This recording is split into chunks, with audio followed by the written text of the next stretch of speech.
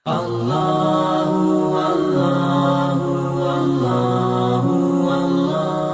لله رب العالمين والصلاة والسلام على قائد الغر المحجلين نبينا محمد وعلى آلہ وصحبہ اجمعین وبعد۔ محترم بھائیوں اور دینی بہنوں، السلام علیکم ورحمۃ اللہ وبرکاتہ۔ رمضان کے ڈیلی کلاس میں آپ سب کا استقبال ہے، اور ہر دن کے جیسے آج سب سے پہلے ہم قرآن کریم سے ایک چھوٹی سی سورت پڑھیں گے اور پھر ایک حدیث کو بھی سمجھیں گے، اور اس کے بعد رمضان کا پیغام ہوگا۔ آج کی سورہ ہے سورہ الشرح۔ اللہ تعالیٰ فرماتا ہے بسم اللہ الرحمن الرحیم، الم نشرح لک صدرک، کیا ہم نے آپ کا سینہ نہیں کھول دیا؟ ووضعنا عنک وزرک، اور آپ پر سے آپ کا بوجھ ہم نے نہیں اتار دیا؟ الذی انقض ظہرک، جس نے آپ کی پیٹھ توڑ دی تھی۔ ورفعنا لک ذکرک، اور ہم نے آپ کا ذکر بلند کیا۔ فإن مع العسر یسرا، ان مع العسر یسرا، یقیناً مشکل کے ساتھ آسانی ہے، بے شک مشکل کے ساتھ آسانی ہے۔ فَإِذَا فَرَغْتَ فَانْصَبْ وَإِلَىٰ رَبِّكَ فَارْغَب، جب آپ فارغ ہوں تو عبادت میں محنت کریں اور اپنے پروردگار کی طرف ہی دل لگائیں۔ یہ سورہ الشرح ہے، مکی صورتوں میں سے ایک سورہ ہے۔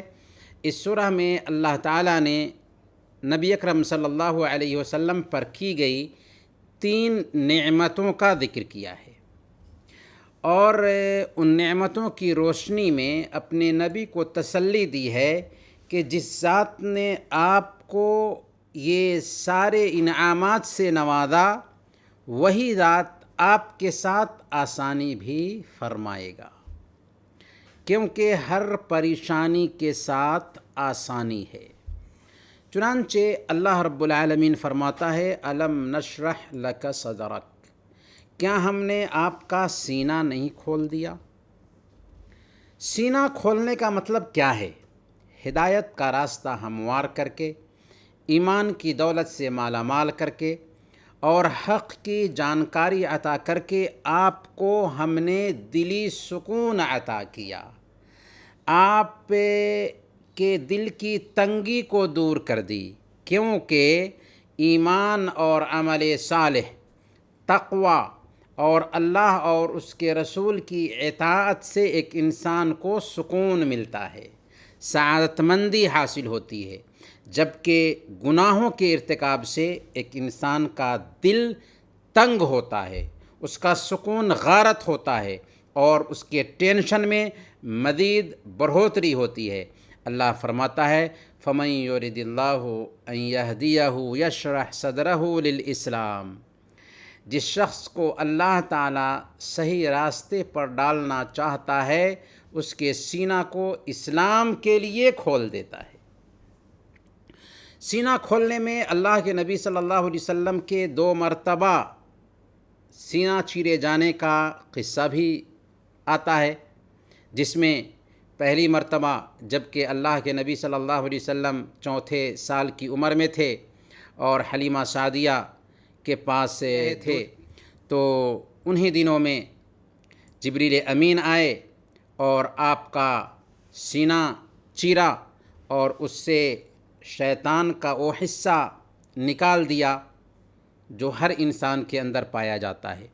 اور دوسری مرتبہ معراج کے موقع سے آپ صلی اللہ علیہ وسلم کا سینہ چیرا گیا، آپ کا دل نکالا گیا، اور اسے زمزم کے پانی سے دھو کر کے اس کی جگہ پر رکھ دیا گیا، اور اس کو علم و حکمت سے بھر دیا گیا۔ دوسری نعمت جو اللہ رب العالمین نے اس سورہ کے اندر بیان فرمائی ہے، وہ ہے وَوَضَعْنَا عَنْكَ وِزْرَكَ الَّذِي أَنْقَضَ ظَهْرَكَ، ہم نے آپ سے آپ کا بوجھ اتار دیا جس نے آپ کی پیٹھ توڑ دی تھی۔ بوجھ سے کیا مراد ہے؟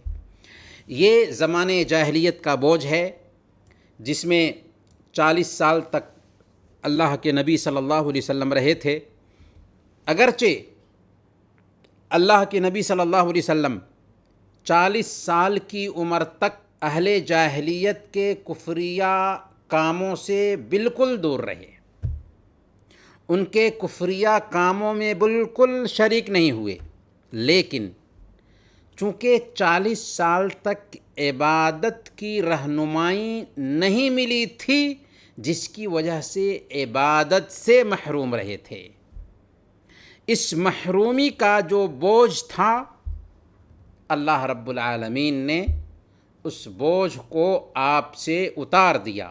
کس طور پر اتارا؟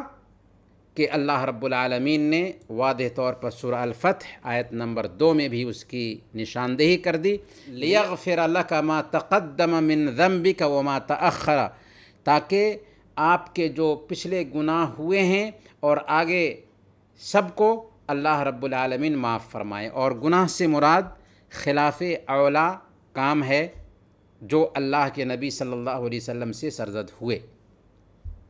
گویا کہ اللہ کے نبی صلی اللہ علیہ وسلم اگرچہ زمانے جاہلیت کے طریقے میں شریک نہیں ہوئے، لیکن 40 سال تک آپ عبادت وغیرہ سے جو محروم رہے، اس محرومی کا جو بوجھ تھا اس بوجھ کو اللہ رب العالمین نے آپ سے دور کر دیا۔ اور یہ بھی کہا جاتا ہے کہ اللہ کے نبی صلی اللہ علیہ وسلم کے اوپر نبوت کا جو بوجھ تھا، کیونکہ نبوت ملی تھی تو اس پیغام کو دوسروں تک پہنچانا تھا، اس بوجھ کو بھی اللہ رب العالمین نے آپ کے لیے آسان کر دیا، چنانچہ آپ کے لیے اللہ کے پیغام کو پہنچانا انسانوں تک آسان ہو گیا۔ تیسری نعمت کا ذکر اللہ رب العالمین نے اس سورہ میں کیا ہے، وَرَفَعْنَا لَكَ ذِكْرَكَ، ہم نے آپ کا ذکر بلند کر دیا۔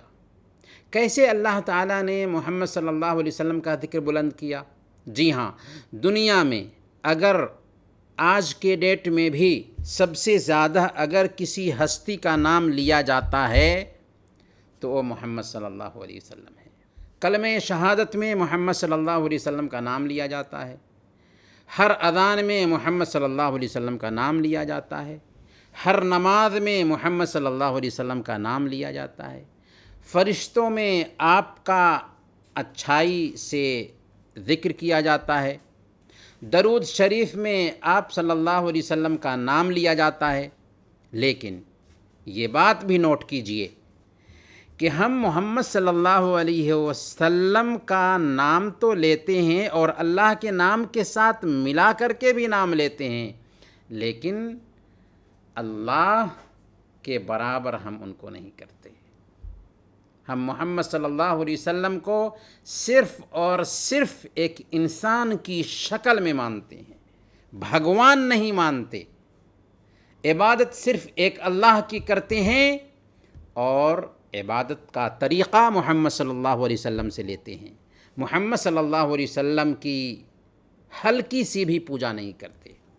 گویا کہ انسان کی شکل میں ماننے کے باوجود بھی دنیا میں سب سے زیادہ نام محمد صلی اللہ علیہ وسلم کا لیا جاتا ہے۔ ان تینوں نعمتوں کا اللہ رب العالمین نے احساس دلانے کے بعد اللہ تعالیٰ نے اپنے نبی کو اور صحابہ کرام کو تسلی دی، اطمینان دلایا کہ آپ مکہ کی زندگی میں کفار و مشرکین کی طرف سے جن تکلیفوں کا سامنا کر رہے ہیں، جو پریشانیاں جھیل رہے ہیں، یہ پریشانیاں اور یہ مصیبتیں وقتی ہیں، گھبرائے نہیں، کیونکہ پریشانیاں آسانی لے کر آتی ہیں، جلد ہی آسانی آنے والی ہے۔ فَإِنَّ مَعَ الْعُسْرِ يُسْرًا إِنَّ مَعَ الْعُسْرِ يُسْرًا، یقیناً مشکل کے ساتھ آسانی ہے، بے شک مشکل کے ساتھ آسانی ہے۔ مشکل کے بعد آسانی نہیں، بلکہ پریشانی آتی ہے تو پریشانی اصل میں آسانی لے کر آتی ہے۔ اس لیے اگر ہمارے کسی بھائی یا کسی بہن کے ساتھ کسی طرح کی بھی پریشانی آتی ہے، اگر مسلم بندہ کسی پریشانی سے دوچار ہوتا ہے تو ایسی حالت میں اسے صبر کرنا چاہیے اور اللہ کی تقدیر پر بھروسہ رکھنا چاہیے اور یہ یقین رکھنا چاہیے کہ یہ پریشانی اپنے ساتھ ساتھ آسانی لے کر آئی ہے۔ آگے اللہ رب العالمین فرماتا ہے فَإِذَا فَرَغْتَ فَانْصَبْ، جب آپ فارغ ہوں تو عبادت میں محنت کریں۔ وَإِلَىٰ رَبِّكَ فَارْغَب، اور اپنے رب کی طرف دل لگائیں، یعنی جب آپ دنیاوی مشغولیتوں سے فارغ ہوں تو عبادت میں لگ جائیں، عبادت میں محنت کریں، یکسو ہو کر اللہ رب العالمین کی عبادت کریں اور اپنے رب سے لو لگائیں۔ اور اس کا دوسرا مفہوم یہ بھی بیان کیا گیا ہے کہ جب آپ ایک عمل سے فارغ ہوں تو فوراً دوسرا عمل شروع کر دیں، کیونکہ مومن کے پاس فرصت نہیں ہوتی، مومن کے پاس ٹائم پاس کرنے کے لیے وقت نہیں ہوتا، وہ ہمیشہ مشغول ہوتا ہے، نماز میں مشغول ہوتا ہے، علم سیکھنے میں مشغول ہوتا ہے، ذکر میں مشغول ہوتا ہے، دعا میں مشغول ہوتا ہے، دعوت میں مشغول ہوتا ہے، دین کی خدمت کرنے میں مشغول ہوتا ہے، غرضے کہ ہر وقت وہ مشغول رہتا ہے، موت تک اسے فرصت نہیں ہوتی، کیونکہ وہ ایمان والا ہے اور وہ دنیا کو آخرت کی کھیتی سمجھ رہا ہے۔ چلیں آج کی حدیث کی طرف۔ آج کی حدیث صحیح مسلم کی روایت ہے۔ حضرت ابو ذر رضی اللہ تعالیٰ عنہ بیان کرتے ہیں کہ اللہ کے رسول صلی اللہ علیہ وسلم نے فرمایا کہ اللہ تعالیٰ فرماتا ہے، اے میرے بندو، بے شک میں نے اپنی ذات پر ظلم کو حرام کیا ہوا ہے اور تمہارے لیے بھی آپس میں ظلم کو حرام قرار دیا ہے، اس لیے تم آپس میں دوسروں پر ظلم مت کرو۔ اے میرے بندو، تم سب کے سب گمراہ ہو مگر جسے میں ہدایت دوں، اس لیے صرف مجھ سے ہی ہدایت طلب کرو، میں تجھے ہدایت دوں گا۔ اے میرے بندو، تم سب بھوکے ہو مگر جسے میں کھانا کھلاؤں، مجھ سے ہی کھانا مانگو، میں تجھے کھانا کھلاؤں گا۔ اے میرے بندو، تم سب ننگے ہو مگر جسے میں لباس پہناؤں، مجھ سے لباس مانگو، میں تمہیں لباس پہناؤں گا۔ اے میرے بندو، تم سب دن رات گناہ کرتے ہو اور میں تمام گناہوں کو معاف کرنے والا ہوں، اس لیے مجھ سے اپنے گناہوں کی معافی چاہو، میں تمہارے گناہوں کو معاف کر دوں گا۔ اے میرے بندو، اگر شروع سے اخیر تک تمام انسان اور تمام جنات ایک سب سے پرہیزگار انسان کے دل کا روپ دھار لیں، یعنی سب لوگ دنیا میں سب سے پرہیزگار انسان کے جیسے ہو جائیں تو میری بادشاہت میں کچھ اضافہ نہ کر سکیں گے۔ اور اے میرے بندو، اگر تمہارے تمام اگلے اور پچھلے اور تمام انسان اور جنات ایک سب سے فاسق فاجر انسان کے دل کا روپ دھار لیں، یعنی دنیا کے سارے انسان، دنیا میں سب سے فاسق اور فاجر انسان جو ہے اس کے جیسے ہو جائیں تو میری بادشاہت میں اس سے کچھ بھی کمی نہ آ سکے گی۔ اے میرے بندو، اگر تمہارے تمام اگلے اور پچھلے اور تمام انسان اور جنات ایک میدان میں جمع ہو کر مجھ سے جو چاہیں مانگیں اور میں اسی وقت سب کا سوال پورا کر دوں تو میرے خزانے میں اتنی بھی کمی واقع نہیں ہوگی جو سوئی کو سمندر میں ڈبو کر نکالنے سے اس سمندر میں واقع ہوتی ہے۔ اے میرے بندو، تمہارے یہ اعمال ہیں جنہیں میں تمہارے لیے شمار کر رہا ہوں، گن رہا ہوں، پھر ان اعمال کا تمہیں پورا پورا بدلہ دوں گا۔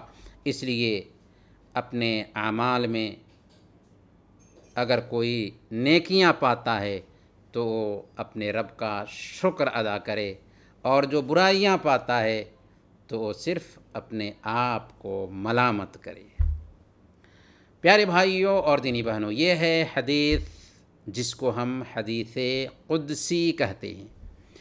حدیث قدسی کون سی حدیث ہوتی ہے؟ حدیث قدسی اس حدیث کو کہتے ہیں جسے اللہ کے نبی صلی اللہ علیہ وسلم اللہ کی طرف نسبت کر کے بیان فرمائیں، وہ ہے حدیث قدسی، جو قرآن کے علاوہ ہوتی ہے، کیونکہ قرآن کے جو الفاظ ہیں وہ چیلنج کے طور پر ہیں، معجزہ کے طور پر ہیں، چمتکار کے طور پر ہیں، لیکن حدیث قدسی اللہ کے الفاظ ہوتے ہیں لیکن اس میں معجزہ نہیں ہوتا ہے۔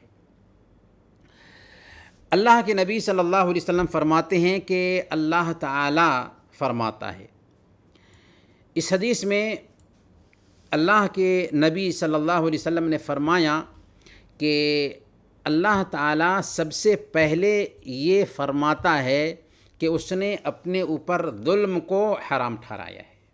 اللہ ظلم نہیں کرتا، ذرہ برابر بھی ظلم نہیں کرتا، حالانکہ وہ قادر مطلق ہے، سرو شکتیمان ہے، وہ جو چاہتا کر سکتا تھا، لیکن اس نے اپنے اوپر ظلم کو حرام ٹھہرایا ہے، اور اس نے کہا کہ میں نے اپنے اوپر ظلم کو حرام ٹھہرایا ہے تو تم آپس میں بھی ایک دوسرے پر ظلم مت کرو۔ جب ہمارا رب ہوتے ہوئے کسی پر ظلم نہیں کرتا تو ہمیں کیا حق بنتا ہے کہ ہم کسی پر ظلم کریں؟ دوسری بات جو اس حدیث میں بیان کی گئی کہ کوئی آدمی خود سے ہدایت پر گامزن نہیں رہ سکتا۔ ہدایت کا مالک اللہ رب العالمین ہے، وہی بندے کو ہدایت دیتا ہے، جسے چاہتا ہے ہدایت دیتا ہے، لیکن کب؟ جب کہ اس کو چاہت ہوتی ہے ہدایت کی، جب کہ اس کو طلب ہوتی ہے ہدایت کی۔ اس لیے بندے کو چاہیے کہ اللہ رب العالمین سے ہدایت کی دعا کرے اور صحیح دین پر جمے رہنے، صحیح راستے پر گامزن رہنے کے لیے اللہ رب العالمین سے سوال کرتا رہے۔ تیسری اور چوتھی بات یہ کہی کہ لباس اور خوراک کا بھی مالک میں ہی ہوں۔ اللہ کی توفیق سے ہی ماں باپ اپنے بچے کو لباس پہناتے ہیں اور اپنے بچوں کو کھلاتے ہیں۔ اللہ کی توفیق ملتی ہے تبھی یہ روزی ملتی ہے، ورنہ اللہ تعالیٰ روزی نہ دے تو اچھی صلاحیت کے مالک لوگ ہوتے ہیں، اچھا تجربہ رکھنے والے لوگ ہوتے ہیں، لیکن نوکری نہیں ہوتی ان کے پاس، ان کی آمدنی محدود ہوتی ہے۔ لیکن کچھ لوگ معمولی صلاحیت کے مالک ہوتے ہیں لیکن ارب پتی اور کھرب پتی بن جاتے ہیں۔ یہ اللہ رب العالمین کی تقسیم ہے، جو جسے چاہتا ہے جتنا دیتا ہے۔ اس لیے روزی کا بھی سوال اللہ رب العالمین سے ہی کرنا چاہیے۔ پانچویں بات اس میں یہ کہی گئی کہ اے میرے بندو، تم دن رات گناہ پر گناہ کرتے ہو اور میں ہوں کہ تمہیں بخشتا رہتا ہوں، اس لیے اپنے گناہوں کی معافی مجھ سے چاہتے رہو، اپنے گناہوں کی معافی کا مجھ سے سوال کرتے رہو۔ جی ہاں، ہم جس رب سے معاملہ کرتے ہیں وہ رب بڑا کریم ہے، دیالو ہے، اس نے اپنا نام ہی التواب رکھا ہے، بندوں کی توبہ قبول کرنے والا۔ اس نے اپنا نام الغفور رکھا ہے، گناہوں کو معاف کرنے والا۔ وہ تو رات میں ہاتھ پھیلاتا ہے کہ دن میں گناہ کرنے والا توبہ کر لے، اور دن میں ہاتھ پھیلاتا ہے تاکہ رات میں گناہ کرنے والا توبہ کر لے۔ دو دو مرتبہ اپنے بندے کی توبہ کے لیے اللہ تعالی ہاتھ پھیلاتا ہے۔ اس لیے ایک بندے مومن کو چاہیے کہ اگر اس سے کوتاہی ہوتی ہے تو فوراً اللہ رب العالمین سے اپنے گناہوں کی معافی مانگے۔ اور ویسے بھی ایک بندے سے کوتاہی ہوتی ہی رہتی ہے، 24 گھنٹہ کوتاہی ہوتی ہے۔ ہم جن نعمتوں میں پل رہے ہیں ان نعمتوں کا ہم حق نہیں ادا کر پاتے، کوتاہی پر کوتاہی ہم کرتے ہیں۔ اللہ کے نبی صلی اللہ علیہ وسلم کو دیکھیں، جن کے اگلے پچھلے سارے گناہ معاف کر دیے گئے تھے، اس کے باوجود بھی ایک ایک مجلس میں 100 مرتبہ استغفار کرتے تھے۔ اور رمضان کے آخری عشرہ کا پیغام بھی یہی ہے نا کہ ہم اللہ تعالیٰ سے زیادہ اپنے گناہوں کی معافی چاہیں۔ اور یہ دعا بھی اللہ کے نبی صلی اللہ علیہ وسلم کی سکھائی ہوئی ہے کہ اللہم انک عفو تحب العفو فاعف عنی، اللہم انک عفو تحب العفو فاعف عنی، اللہم انک عفو تحب العفو فاعف عنی۔ اے اللہ تو معاف کرنے والا ہے، معافی کو پسند کرتا ہے، مجھے معاف فرما دے۔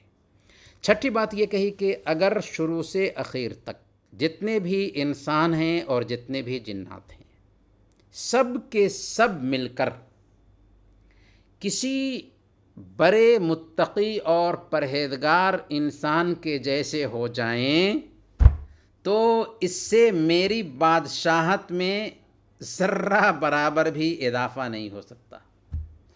اور اگر شروع سے اخیر تک کے تمام جنات اور تمام انسان مل کر کسی بڑے فاسق اور فاجر کے جیسے ہو جائیں تو اس سے میری بادشاہت میں کچھ کمی واقع ہونے والی نہیں ہے، کیونکہ اللہ تعالیٰ کو ہماری عبادت کی ضرورت نہیں ہے۔ ہم جو عبادت کرتے ہیں اس عبادت کا خود ہم کو فائدہ ملتا ہے، ہمارے رب کو اس عبادت کی ضرورت نہیں۔ ہم اپنے رب کو عبادت کر کے فائدہ نہیں پہنچاتے، کیونکہ اللہ تعالیٰ کو ہماری عبادت سے کچھ فائدہ نہیں ہوتا، اور ہماری نافرمانی سے، ہمارے گناہ سے اللہ کا کچھ نقصان نہیں ہوتا۔ فائدہ خود ہمیں ملتا ہے ہماری عبادت سے۔ اور ساتویں بات یہ کہی کہ اگر شروع سے لے کر اخیر تک کے تمام انسان اور تمام جنات مل کر ایک میدان میں کھڑے ہو جائیں اور سب اپنی اپنی چاہتوں کا ہم سے سوال کریں، شروع سے لے کر لاسٹ تک پیدا ہونے والے تمام انسان اور تمام جنات ایک میدان میں اکٹھا ہو جائیں اور سب کے سب اپنی اپنی چاہتوں کا اللہ سے سوال کریں، اور اللہ تعالیٰ ان سارے لوگوں کی چاہتوں کو پورا کر دے تو اس سے میرے خزانے میں اتنی بھی کمی نہیں ہوگی جتنی سوئی کو سمندر میں ڈبو کر نکالنے سے سمندر کے پانی میں کمی ہوتی ہے۔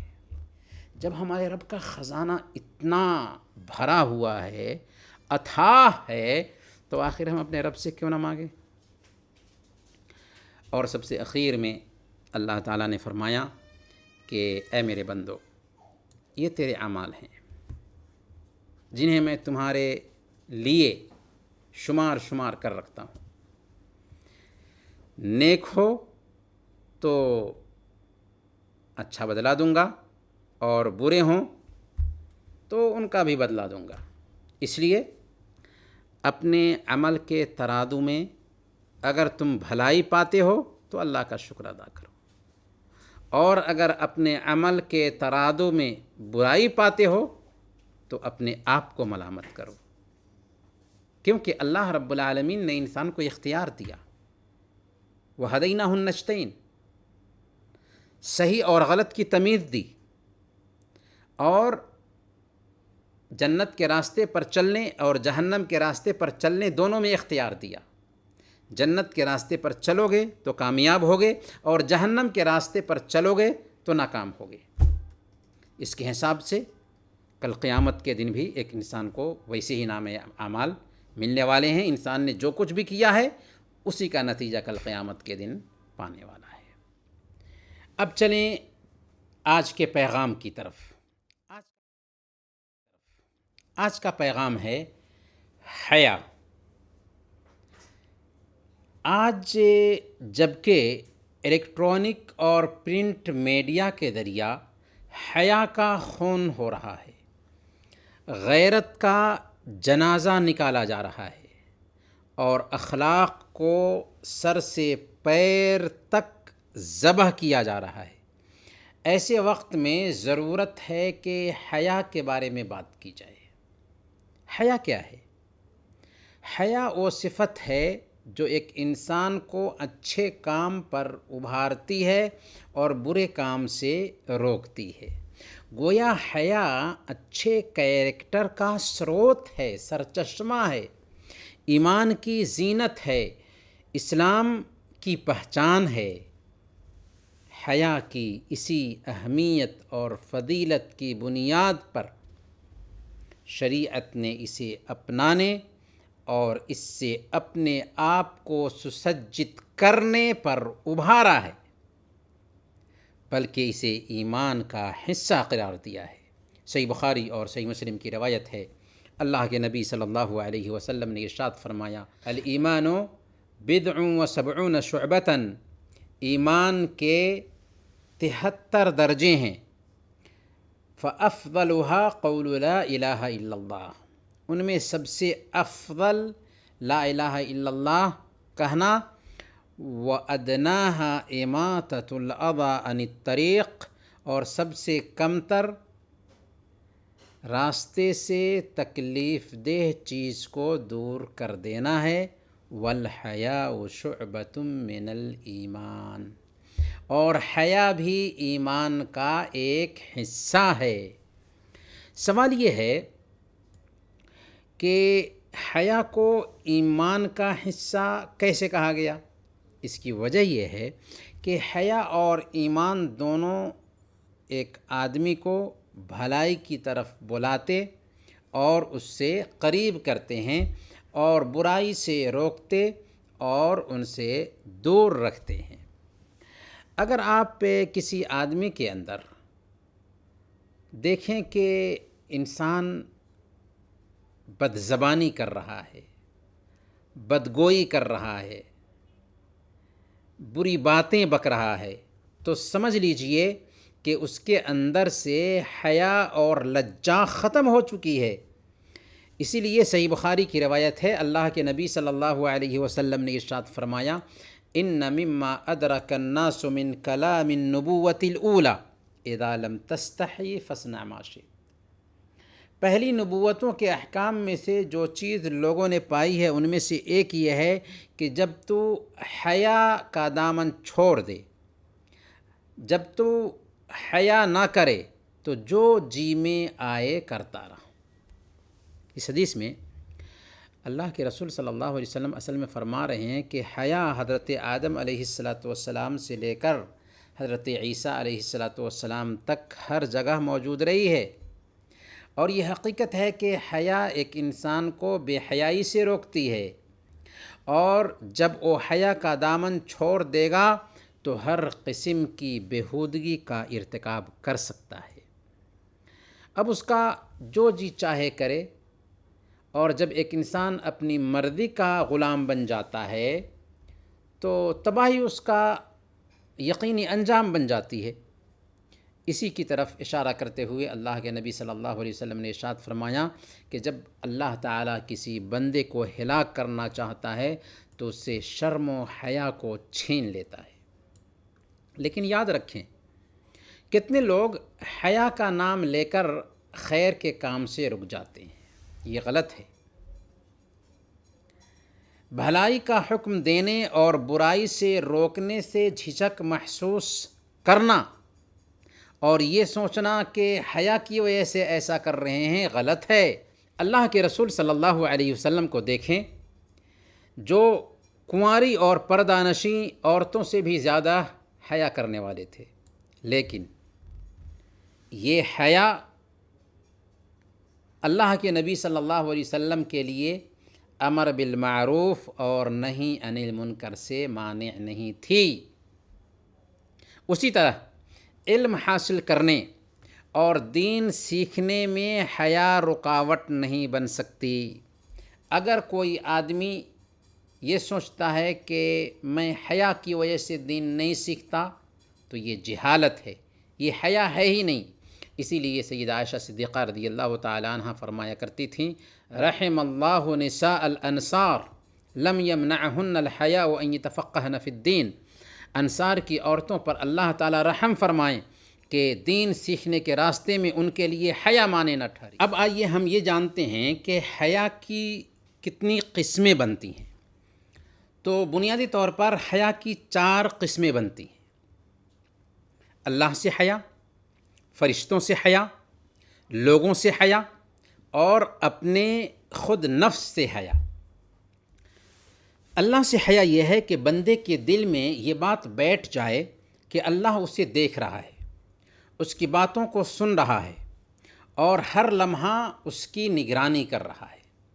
جس کے اندر یہ احساس پیدا ہو جائے گا کہ اللہ رب العالمین ہر وقت اس کی نگرانی کر رہا ہے، اسے شرم آئے گی اللہ رب العالمین کے فرائض میں کوتاہی کرنے میں اور اس کے کسی بھی گناہ کا ارتکاب کرنے میں۔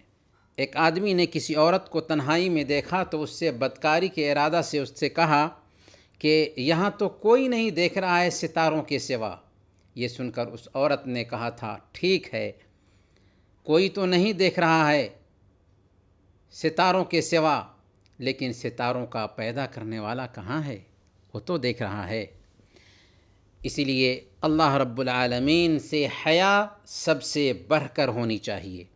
سنن ترمذی کی روایت ہے، حضرت عبداللہ بن مسعود رضی اللہ تعالی عنہ بیان کرتے ہیں کہ اللہ کے نبی صلی اللہ علیہ وسلم نے ارشاد فرمایا، استحیوا من اللہ حق الحیا، اللہ تعالیٰ سے اتنی حیا کرو جتنا حیا کرنے کا حق ہے۔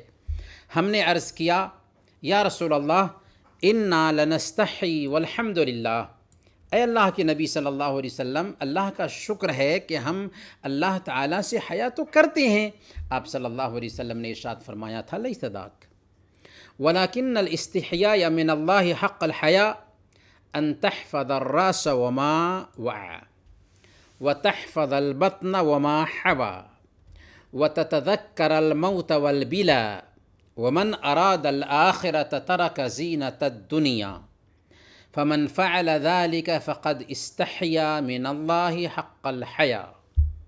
ٹھیک ہے، لیکن اللہ تعالیٰ سے حیا کرنے کا حق یہ ہے کہ تم اپنے سر اور جو کچھ اس نے سمو رکھا ہے اس کی حفاظت کرو، اور پیٹ اور جو کچھ اس نے اپنے اندر جمع کر رکھا ہے اس کی حفاظت کرو، اور موت اور ہڈیوں کے سرگل جانے کو یاد کرو، اور جو آخرت کی کامیابی چاہے گا وہ دنیا کی زینت کو چھوڑ دے گا، اور جس نے ایسا کیا اس نے اللہ تعالیٰ سے حیا کرنے کا حق ادا کر دیا۔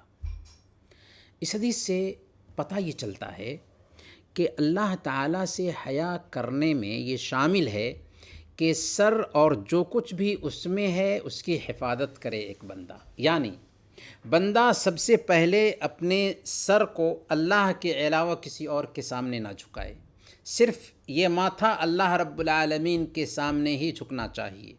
اسی طریقے سے ایک بندہ اللہ کے علاوہ کسی اور کے لیے نماز نہ پڑھے، دکھلاوے کے لیے نماز نہ پڑھے، اور اپنی آنکھ، اپنے کان اور اپنی زبان کو حرام سے بچائے۔ اسی طریقے سے اپنے پیٹ کو حرام کھانے سے بچائے اور اپنی شرمگاہ کی حفاظت کرے، اپنے ہاتھ اور پیر کو حرام کاموں سے بچائے، اور اپنے دل کو برے خیالات سے بچائے، اور پھر موت کو یاد کرتا رہے کہ ایک دن مجھے مرنا ہے اور اپنے رب کے پاس پہنچنا ہے۔ جب اکثر لوگوں کے ذہن سے یہ تصور اوجھل ہوتا ہے تو اس کے اندر ڈھٹائی آنے لگتی ہے، وہ اکیلے میں اللہ رب العالمین کے حرمات کو پامال کرنا شروع کر دیتا ہے۔ ایسے لوگوں کے لیے سخت وعید بیان کی گئی ہے ہماری شریعت میں۔ سنن ابن ماجہ کی روایت ہے، اللہ کے نبی صلی اللہ علیہ وسلم نے ارشاد فرمایا، لَيَأْتِيَنَّ أَقْوَامٌ يَوْمَ الْقِيَامَةِ مَعَهُمْ أَعْمَالٌ كَجِبَالِ تِهَامَةَ بِيضٍ يَجْعَلُهَا اللَّهُ هَبَاءً مَنْثُورًا۔ میری امت کی کچھ امتیں، کچھ جماعتیں قیامت کے دن آئیں گی جن کے پاس تہامہ پہاڑ کے جیسے اعمال ہوں گے، لیکن اللہ تعالیٰ انہیں غبار کی طرح کر دے گا جیسے غبار اڑ جاتا ہے۔ حضرت ثوبان رضی اللہ تعالیٰ عنہ نے اللہ کے نبی صلی اللہ علیہ وسلم سے پوچھا تھا، من ہم یا رسول اللہ، وہ کون بد نصیب ہیں، ان کے بارے میں ہمیں بتا دیں تاکہ ہم ایسے لوگوں کی صفت سے بچ سکیں۔ تو آپ صلی اللہ علیہ وسلم نے ارشاد فرمایا تھا، اما انہم اخوانکم ومن جلدتکم ویأخذون من اللیل کما تأخذون ولکنہم اقوام اذا خلوا بمحارم اللہ انتہکوہا۔ سن لو، وہ تمہارے بھائی ہوں گے اور تمہارے ہی قبیلوں میں سے ہوں گے، وہ قیام بھی کرتے ہوں گے جیسے تم قیام کرتے ہو، لیکن وہ ایسے لوگ ہوں گے کہ جب اکیلے میں ہوں تو اللہ کی غیرت کو پامال کر بیٹھیں۔ حیا کی دوسری قسم ہے فرشتوں سے حیا کرنا۔ ہر انسان کے دائیں اور بائیں کندھوں پر فرشتے مقرر ہیں۔ اللہ تعالیٰ نے فرمایا، وَإِنَّ عَلَيْكُمْ لَحَافِظِينَ كِرَامًا كَاتِبِينَ يَعْلَمُونَ مَا تَفْعَلُونَ، کہ یقیناً تم پر نگہبان فرشتے مقرر ہیں، تم جو کچھ بھی کرتے ہو انہیں وہ جانتے ہیں اور انہیں نوٹ کر رہے ہیں۔ اس آیت کریمہ کی تفسیر میں امام ابن القیم رحمۃ اللہ علیہ فرماتے ہیں کہ ان نگراں فرشتوں سے تم شرم کرو، ان کی عزت کرو، ان کا احترام کرو کہ وہ تمہیں ایسی حالت میں دیکھیں جس حالت میں تمہارے لیے لوگوں کا دیکھنا اچھا نہیں لگتا، اور جس چیز سے انسان کو تکلیف ہوتی ہے اس چیز سے فرشتوں کو بھی تکلیف ہوتی ہے۔ حیا کی تیسری شکل بنتی ہے اپنے نفس کے ساتھ حیا، یعنی ایک انسان اکیلے میں ہو پھر بھی بے پردگی کو برداشت نہ کرے، کیونکہ اپنے نفس کے ساتھ حیا ہے۔ اکیلے میں ہو پھر بھی اپنی عزت کی حفاظت پر دھیان دے، اکیلے میں ہو لیکن پھر بھی اپنے نفس کی حیا کو باقی رکھے۔ بعض علماء نے کہا کہ جس نے تنہائی میں کوئی عمل کیا جسے سب کے سامنے کرنے سے وہ شرماتا ہے تو سمجھ لو کہ اس نے اپنے نفس کی قدر نہیں کی۔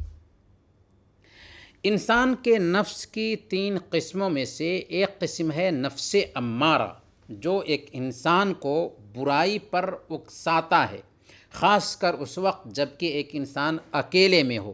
اس لیے نفس سے بھی شرم کرنے کی ضرورت ہے۔ اور سنن ترمذی کی روایت ہے، حضرت معاویہ بن حیدہ القشیری رضی اللہ تعالیٰ عنہ بیان کرتے ہیں کہ انہوں نے پوچھا تھا کہ اے اللہ کے نبی صلی اللہ علیہ وسلم، اگر ہم اکیلے میں ہوں تو کیا اس وقت ہم بے پردہ ہو سکتے ہیں؟ تو اللہ کے نبی صلی اللہ علیہ وسلم نے کہا تھا، اللہ احق ان یستحیا منہ من الناس، اللہ تعالیٰ اس بات کا زیادہ حق رکھتا ہے کہ تم لوگوں کے مقابلہ میں اس سے شرم کرو۔ حیا کی چوتھی قسم ہے لوگوں کے ساتھ حیا کرنا، لوگوں سے حیا کرنا، جس کی وضاحت ہم ابھی کر چکے ہیں۔ صحیح بخاری اور صحیح مسلم کی روایت ہے، حضرت عطا بن یسار رحمۃ اللہ علیہ بیان فرماتے ہیں کہ حضرت ابن عباس رضی اللہ تعالی عنہما نے ایک دن مجھ سے کہا تھا، الا اوریک امرأۃ من اہل الجنہ، کیا میں تجھے جنتی عورت نہ دکھا دوں؟ تو میں نے کہا کہ ہاں کیوں نہیں ضرور دکھائیں. تو انہوں نے کہا کہ یہ کالی کلوٹی عورت جو آ رہی ہے یہ اللہ کے نبی صلی اللہ علیہ وسلم کے پاس آئی تھی اور اس نے کہا تھا کہ یا رسول اللہ مجھے مرگی کی بیماری ہے اور میں اس حالت میں بے پردہ ہو جاتی ہوں، میرے لیے دعا کر دیجئے کہ مجھے عافیت عطا فرمائیں. تو اللہ کے نبی صلی اللہ علیہ وسلم نے اس سے کہا تھا ان شئت صبرت ولک الجنہ وان شئت دعوت اللہ ان یعافیک، اگر تم چاہو تو صبر کرو اور چاہو تو میں تمہارے لیے دعا کر دوں اور اللہ تعالیٰ تجھے عافیت عطا فرمائے، اور اگر صبر کرو گی تو تمہارے لیے جنت ہے.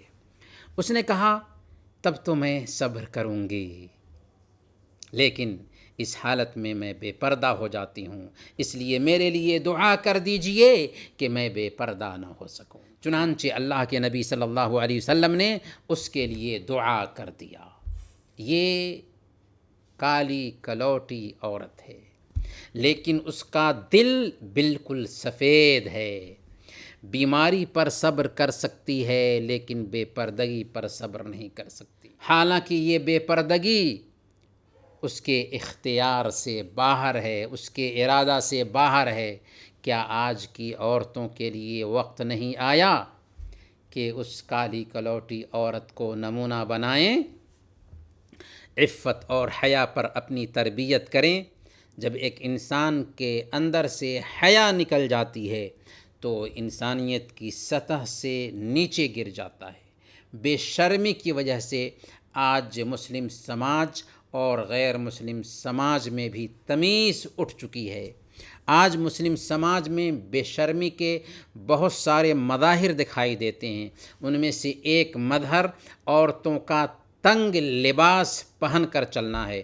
صحیح مسلم کی روایت ہے، اللہ کے نبی صلی اللہ علیہ وسلم نے ارشاد فرمایا صنفان من اہل النار لم ارہما، جہنمیوں کی دو قسمیں ایسی ہیں جن کو میں نے نہیں دیکھا. ان میں سے ایک وَنِسَاءٌ كَاسِيَاتٌ عَارِيَاتٌ مَائِلَاتٌ مُمِيلَاتٌ رُؤُوسُهُنَّ كَأَسْنِمَةِ الْبُخْتِ الْمَائِلَةِ لا يدخلن الجنة ولا يجدن ريحها وإن ريحها ليوجد من مسيرة كذا وكذا. یعنی وہ عورتیں جو لباس پہننے کے باوجود ننگی ہوں گی، دوسروں کو مائل کرنے والی ہوں گی اور خود مائل ہوں گی، ان کے سر بختی اونٹ کے کوہان کی طرح جھکے ہوئے ہوں گے، وہ جنت میں نہیں جائیں گی بلکہ جنت کی خوشبو بھی نہیں پائیں گی، حالانکہ جنت کی خوشبو اتنی مسافت سے آ رہی ہوگی. محترم بھائیوں اور دینی بہنوں،